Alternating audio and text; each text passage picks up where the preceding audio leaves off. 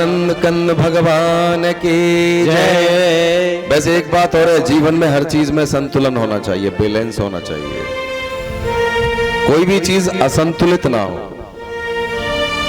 संगीत भी यदि असंतुलित होगा तो आपको आनंद नहीं आएगा। किसी भी वादक में यदि कोई त्रुटि है, बीट से आउट जाए या थाट से आउट जाए तो फिर बिल्कुल भी आनंद नहीं आएगा। तो हर चीज में एक बैलेंस है, एक संतुलन है, व्यवस्था, व्यवस्थित। बोलिए आनंद कंद भगवान के जय। श्री राधे। सुखदेव मुनि कहते हैं कि भौमासुर नाम का एक दैत्य था महाराज, असुर था। वो क्या करता था कि अविवाहित कन्याओं का हरण करके लाता था और अपने यहां जेल में डाल देता था। इस प्रकार उस दैत्य ने 16,100 कन्याओं को कैद कर लिया अपने।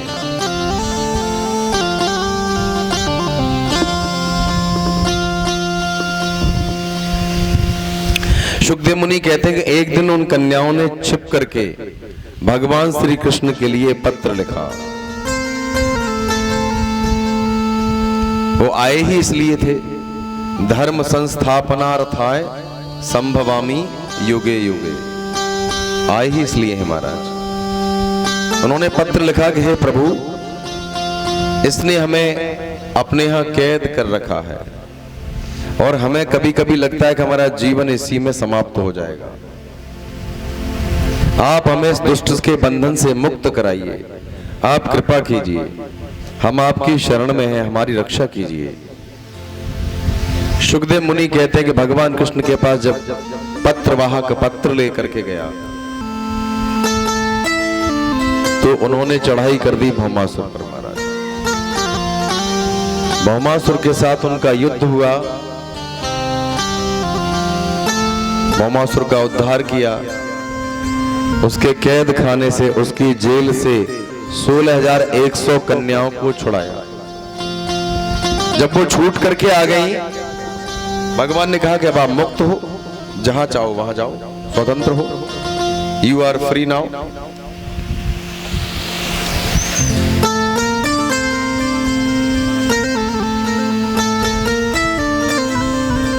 You can go where you like. उन्होंने कहा कि प्रभु, अब हमें कोई स्वीकार नहीं करेगा, जेल में से निकल के आए हैं। और ऐसी घटना के लिए हमारी सीता माता को भी अग्नि परीक्षा देनी पड़ी थी महाराज। भगवान श्री राम जानते थे कि सीता सीता है, लेकिन ये संसार के लोग हैं नहीं, ये बड़े विचित्र हैं महाराज, इनको बिलीव नहीं होता है। और एक बार नहीं, 2 बार परीक्षा दी है सीता जी ने, है ना। हाँ, कहा कि प्रभु अब हमें कोई स्वीकार नहीं करेगा, हम जेल में रह के आए हैं, हम आप ही की शरण में हैं, बस आप ही हमारा उद्धार कीजिए। इस प्रकार सुखदेव मुनि कहते हैं कि भगवान के 16,108 पाणिक ग्रहण विवाह पूर्ण हुए। बोलिए आनंद कंद भगवान की जय। श्री राधे।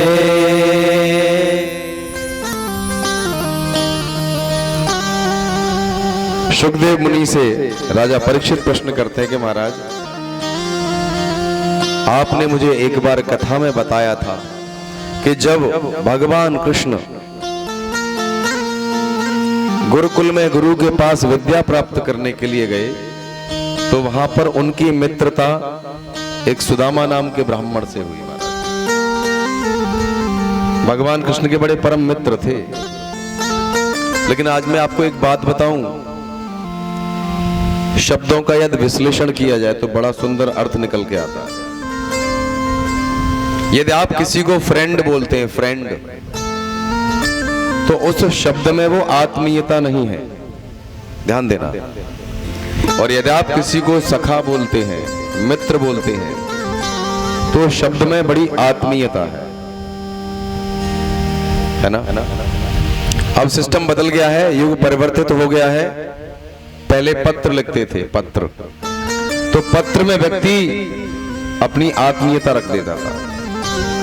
अब ये पढ़ने निकले वाले बच्चे बैठे, एप्लीकेशन राइटिंग होती कि नहीं अंग्रेजी में, 5 नंबर की आती है एप्लीकेशन। आपके एमपी मुझे पता नहीं, यूपी के सिलेबस में है। हाँ, तो 5 नंबर का या तो एप्लीकेशन लिखिए या लिखिए लेटर। अब उसमें दे देते हैं कि लेटर लिखना है तो किसको लिखना है, और एप्लीकेशन लिखना है तो किसको लिखना है। अब पूछ लेना, कायदा पता नहीं होगा कैसे लिखा जाएगा, है ना। हाँ, तो जब पहले पत्र लिखते थे, खास तौर से पिता को जब पत्र लिखते थे तो बड़ा शब्द चुन चुन के हुआ करते, एड्रेसिंग बड़ी सुंदर हुआ करती थी उसकी जो है। अब ये सब बदल गया, मोबाइल ने ये आत्मीयता भी खत्म कर दी है। कुछ चीजें मैं आपके लिए बताऊंगा, ध्यान करना। उदयवीर भाई साहब, आप अपनी बेटी का विवाह कर रहे हैं और ध्यान करना, ये बड़ी सोचने वाली बात है। मेरी बहुत सारे वकीलों से मित्रता है। पहले माता पिता जब बेटी को विदा करते थे,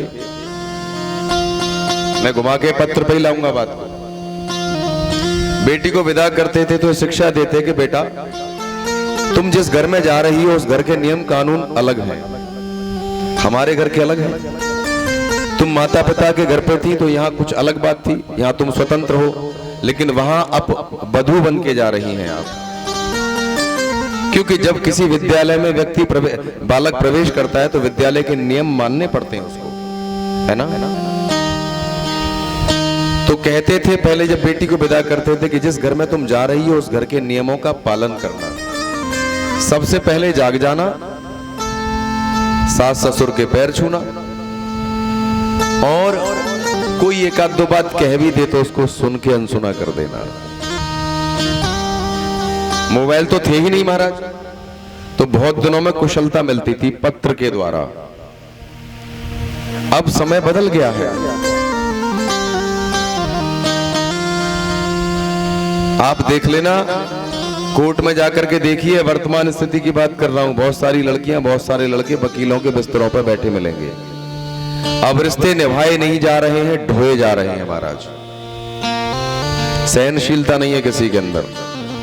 और ये क्या करते हैं, मैंने देखा है, माता पिता भी जब लड़की को विदा कर देते हैं तो 1-1 मिनट बाद फोन करते हैं। ये फोन ही सारे फसाद की जड़ है, मैं आपको बताए दे रहा हूं आज। जिस लड़की का फोन 1-1 मिनट पे अपने घर जाता है उसका घर कभी सुखी नहीं हो सकता है। करके देख लेना आप अनुभव महाराज। आपके बेटे की बहू के पास ही यदि आपके समधी के यहां से फोन आए बार बार बार बार बार बार, तो महाराज कुछ न कुछ तो होना है, ध्यान कर लेना, गड़बड़ है। ये निश्चित है, ये सुखी जीवन के उपाय आपको बता रहा हूं। पत्र लेखन होता था तो बहुत दिनों में सूचना मिलती थी, पत्र में आत्मीयता होती थी। अब तो जरा सी बात हुई, यदि सब्जी में नमक कम डाला और सासू ने कुछ कह दिया, तुरंत लड़की फोन मिला देगी। बोलिए आनंद कंद भगवान की जय।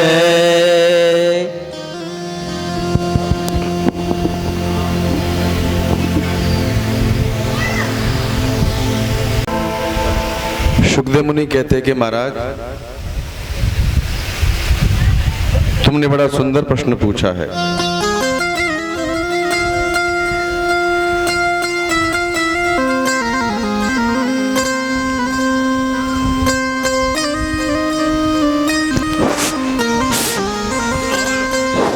हेलो, हाँ, हमारे आदरणीय श्री जगदीश बघेल साहब जो पंडोखर के निवासी हैं, जो हमारे पारिषद हैं, उनके साले साहब हैं, हमारे व्यास जी एवं समस्त मंच का माल्यार्पण पढ़कर स्वागत कर रहे हैं। बहुत बहुत धन्यवाद, बहुत बहुत धन्यवाद साले साहब। दोनों जब विद्या प्राप्त करने के बाद अपने अपने घर आए, सुदामा जी अपने घर रहते हैं, विप्र सुदामा बसत है सदा अपने धाम, भिक्षा करे भोजन करे ये जपे हरे नाम।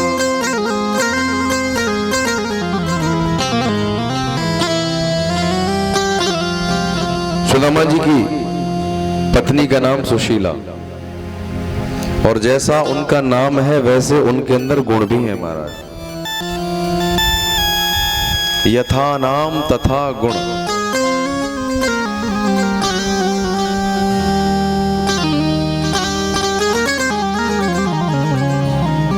दोनों पति पत्नी घर में बड़े प्रेम से रहते हैं। शुक्राचार्य जी कहते हैं कि महाराज बच्चे हैं, भिक्षा मांग करके लाते हैं, कभी कभी तो भूखे सोना पड़ता है।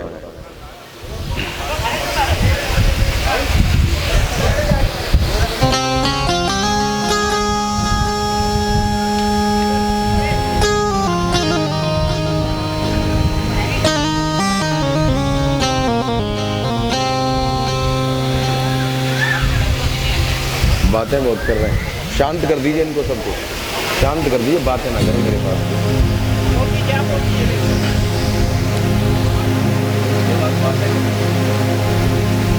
ये इधर प्रेम से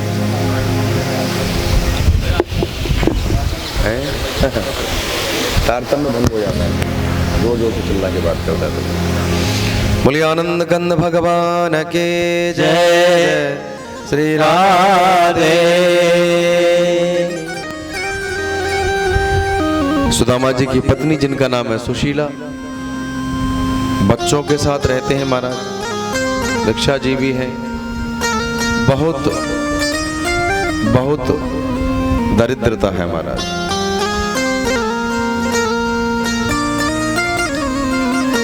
शुकदेव मुनि कहते हैं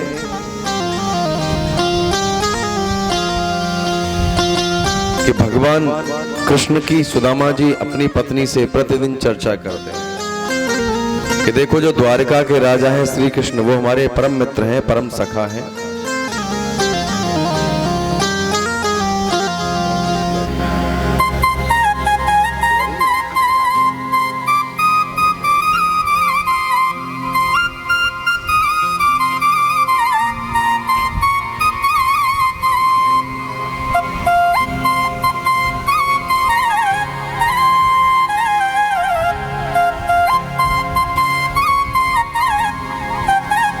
हे सखे,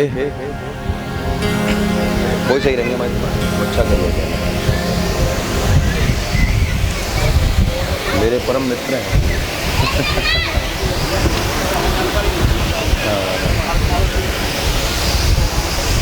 कृष्ण के बारे में चर्चा करते हैं कि द्वारकाधीश श्री कृष्ण हमारे परम मित्र हैं, सखा हैं। हम दोनों ने साथ साथ ही विद्या प्राप्त की है। हम दो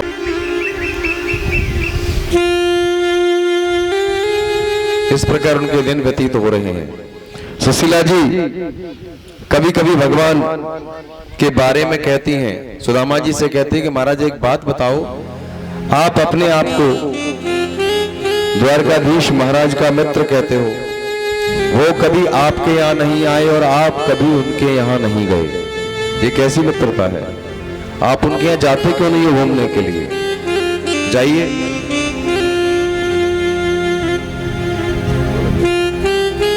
और महाराज मानस में एक चौपाई है और विचार करना सभी।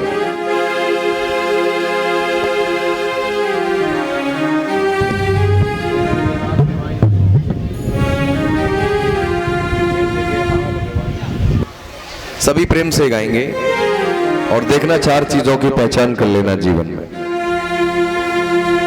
धीरज धर्म मित्र अरुणारी, आपद काल परखिया तारी।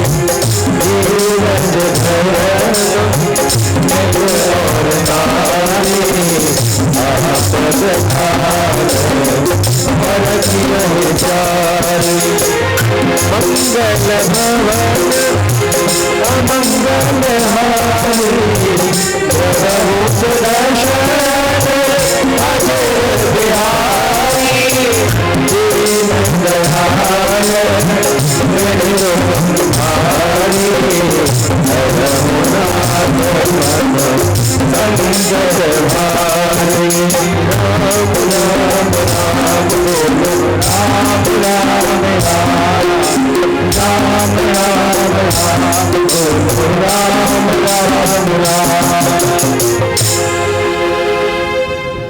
महाराज एक बात ध्यान कर लेना, यदि कभी किसी पर मुसीबत आई हो तो उन्हें 4 चीजों की पहचान हो गई होगी। किस किस की? आफत मुसीबत में विपत्ति में किस किस की पहचान होती है? धीरज, धर्म, मित्र और नारी यानी पत्नी की पहचान होती है। ये ध्यान कर लेना। बुरे समय में अच्छे अच्छे साथ छोड़ जाते हैं। कितना भी सगा मित्र क्यों ना हो महाराज, वो भी फिर फोन नहीं करेगा, पूछेगा नहीं। कहते हैं ना शेर, बनी के चेहरे पर लाखों निसार होते हैं, जब बन के बिगड़ती है तो दुश्मन 1000 होते हैं। किसी की बिगड़ी हुई हो तो महाराज कोई नहीं, उसका सगे रिश्तेदार भी छोड़ देते हैं। ध्यान कर लेना, कोई नहीं है। गोस्वामी जी ने चौपाई यूं ही नहीं लिखी है, धीरज, धर्म, मित्र और नारी, आपद काल परखिए हैं चारी। जाएंगे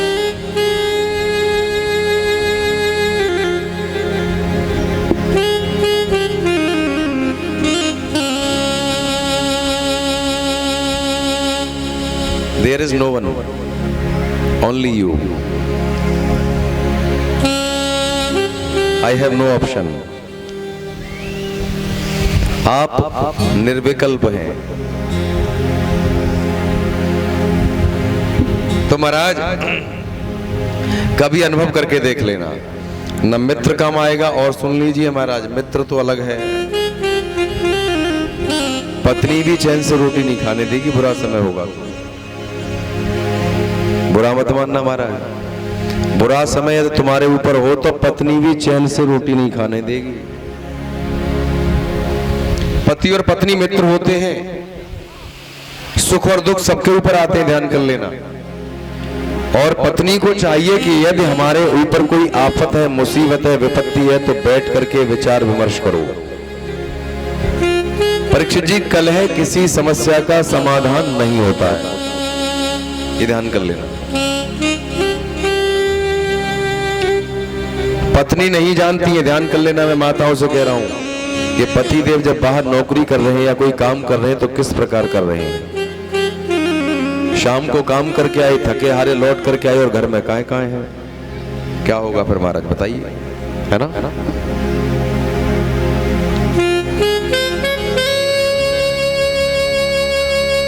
तो महाराज पत्नी को चाहिए कि यदि कोई आफत है, मुसीबत है, विपत्ति है, तो बैठ करके दोनों विचार विमर्श करें कि महाराज घबराओ मत, मैं तुम्हारे साथ हूं। और आज ध्यान करना, हमारी माताएं बहनें बैठी हैं, पत्नी पति की ताकत होती है, ध्यान कर लेना। पति के ऊपर कितनी भी मुसीबत क्यों ना हो, यदि पत्नी ने घर पे कह दिया कि महाराज घबराओ मत, मैं तुम्हारे साथ हूं, जब अच्छे दिन नहीं रहे तो बुरे भी दिन नहीं रहेंगे, ये भी समय यूं ही निकल जाएगा। चिंता मत करो, मैं तुम्हारे साथ हूं। तो मैं बड़ी बात नहीं कर रहा, पति के ऊपर कितनी ही बड़ी मुसीबत क्यों ना हो, वो उसको पार कर देगा महाराज। और यदि तुमने कलह कर दिया, डेमोलाइज कर दिया महाराज, तो सब बेकार हो जाएगा। बोलिए आनंद कंद भगवान की जय। धर्म पत्नी यूं ही नहीं कहा जाता है पत्नी को,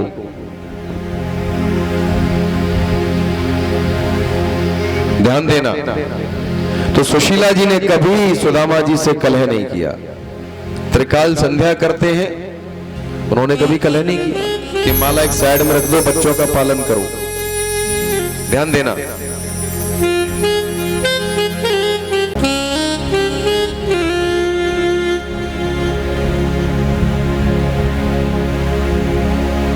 बोले वृंदावन बिहारी लाल की जय। श्री राधे।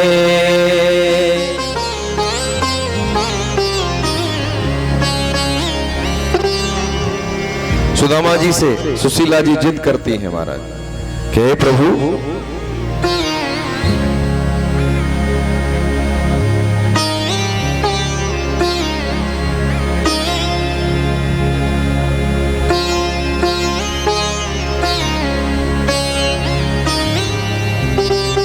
आप द्वारकाधीश से मिलने क्यों नहीं जाते?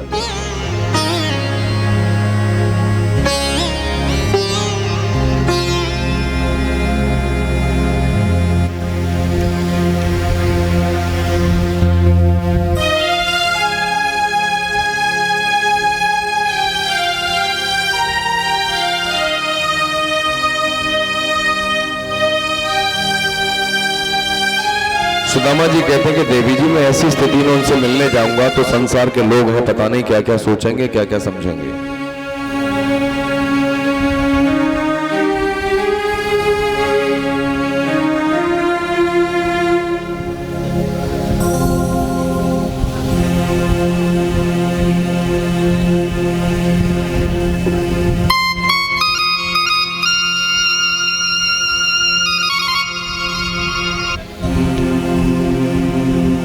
बार बार जब जिद की महाराज सुशीला ने सुदामा जी से, द्वारिका जाहु जो, द्वारिका जाहु जो, त्रिया हट, बाल हट, राज हट, साधु हट,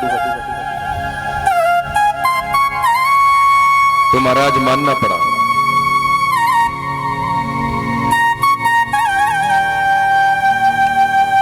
सुदामा जी से काफी कहा कि महाराज आप उनसे मिलने क्यों नहीं जाते, आप जाइए, जब आपके मित्र हैं तो आप जाइए।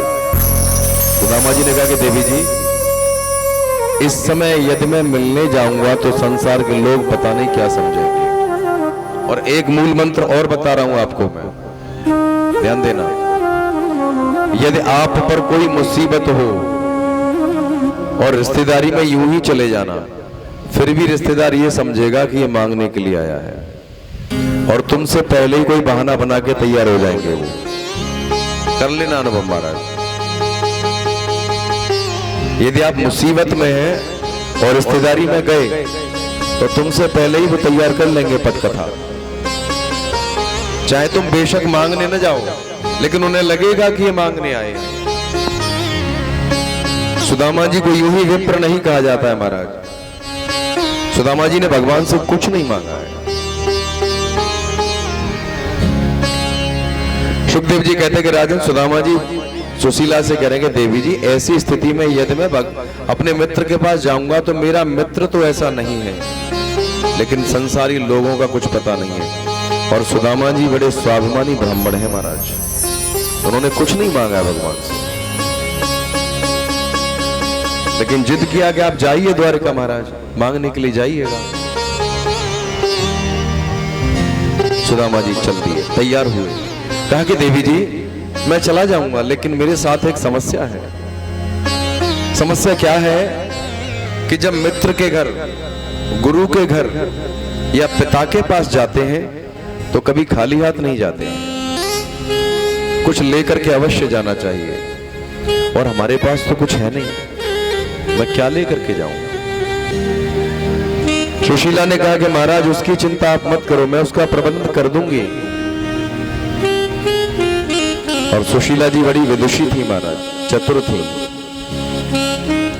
शुकदेव मुनि कहते कि सुशीला जी एक घर में गई और वहां से चावलों के टुकड़े लेकर के आए।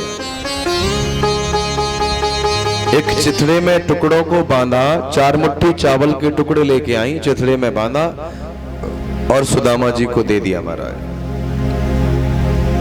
सुदामा जी ने चावलों के टुकड़े अपनी कांख में दबाए और द्वारिका की यात्रा पर निकल लिए महाराज।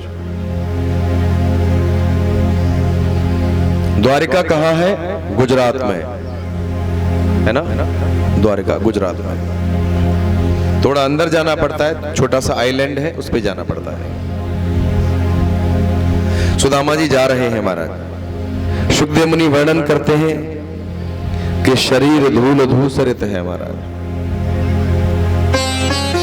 बड़े कमजोर हैं, एक एक नस दिखाई दे रही है, न चरणों में खड़ाऊं है, न अंग वस्त्र है, कटी वस्त्र है महाराज फटा हुआ, एड़ियां फटी हुई हैं, पैरों में कांटे हैं, रक्त निकलता है, लेकिन मस्तक पर तेज है महाराज, आंखों में आत्मविश्वास है, मन में स्वाभिमान है। द्वारका के लिए, द्वारकाधीश से मिलने के लिए जा रहे हैं मेरे सुदामा जी महाराज। ऐसे कौन कौन भक्त हैं जो ये मानते हैं कि सुदामा जी गरीब हैं, निर्धन हैं? आपको लगता है कि सुदामा जी गरीब हैं? क्या लगता है आपको भाई? सुदामा जी गरीब नहीं है महाराज। विचार कीजिए जरा सा, जिसके लिए तीनों लोकों के स्वामी रोते हो, जिनका स्वागत करने के लिए स्वयं द्वारकाधीश आए और अपने सिंहासन पर बिठा करके स्वयं अपने हाथों से उनके चरण धोए, क्या वो व्यक्ति निर्धन हो सकता है? उसके पास तो वो संपत्ति है जो जगत में किसी के पास नहीं है महाराज। पायो जी मैंने राम रतन धन पायो। दुनिया में ये धन ऐसा है जिसको जितना खर्च करोगे उतना ही बढ़ेगा। बाकी धन तो ऐसे खर्च करने पर निपट जाते हैं, लेकिन ये जितना खर्च करोगे उतना बढ़ेगा महाराज। और एक मजे की बात और है, बैंक में डालने की आवश्यकता नहीं इस धन को। खर्च न खोटे चोर न लूटे। इस धन को चोर नहीं लूट सकता है। किसको? राम रतन धन को चोर नहीं लूट सकता। जितना खर्च करोगे उतना बढ़ेगा और कभी चोर लूट नहीं सकता। खुले में लेकर के पड़े रहो इस रतन धन को। देखिए, सांसारिक जो बैंक हैं उनमें अलग मुद्रा चलती है, लेकिन जब ईश्वर के पास जाते हैं तो वहां और मुद्रा चलती है। वहां तो भजन की मुद्रा चाहिए। सुदामा जी कहते हैं कि महाराज जब लेकर के चले, सुदामा जी जा रहे हैं रास्ते में भजन करते हुए, निष्कंटक भजन करते हुए यात्रा करते करते जा रहे हैं। एक बात अपने जीवन में गांठ मार लेना, प्रतिज्ञा कर लेना, मुसीबत कितनी बड़ी आ जाए कभी घबराना मत। एक कहावत कहते हैं ना, जो डर गया, हाँ ये मान लेना। अरे आप अपने आप अपनी तुलना औरों से करके देखो ना, तुम पर तो कुछ भी मुसीबत नहीं है महाराज। पांडवों पर मुसीबत आई थी, आपको पता है कितनी बड़ी मुसीबत आई? जान के लाले पड़ गए, है ना, सब कुछ छिन गया, लेकिन फिर भी नहीं हारे। कभी हारना नहीं चाहिए मुसीबतों से, परेशानी से। डट करके सामना करो, मुकाबला करो महाराज, जीत होगी निश्चित। कभी हारना नहीं चाहिए, मुसीबत कितनी बड़ी हो। तुम मनुष्य हो,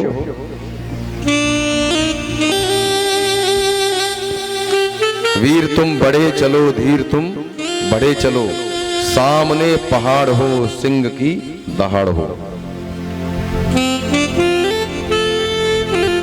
वो कौन से थे महाराज जिन्होंने उसको पहाड़ को काटा था? दशरथ मांझी। हाँ, अकेले ने पूरे पहाड़ को काट दिया। उनके गांव का रास्ता बड़ा घूम के होता था, घूम के।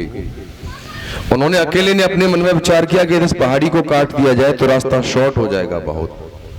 दशरथ मांझी जिनका नाम है, अकेले व्यक्ति ने पहाड़ को काट दिया। कभी घबराना नहीं चाहिए महाराज। अंग्रेजी में एक कहावत है, एवरीथिंग इज पॉसिबल।